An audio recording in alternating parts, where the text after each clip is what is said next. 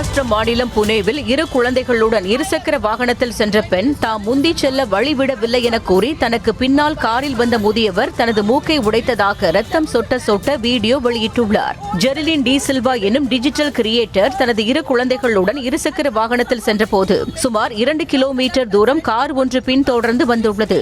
அதனை கவனித்த ஜெரிலின் வழிவிட்டு ஒதுங்கிய நிலையில் அவரை முந்தி சென்று வழிமறித்து காரை நிறுத்திவிட்டு அதிலிருந்து இறங்கி வந்த முதியவர் இவ்வளவு தூரம் ஏன் வழிவிடவில்லை என்று கூறி ஜெர்லினின் முடியை பிடித்து இழுத்து 2 முறை முகத்தில் குத்தியுள்ளார். ஸ்வப்னில் கேக்கரே என்ற அந்த முதியவர் மீது போலீசார் வழக்கு பதிவு செய்துள்ளனர்.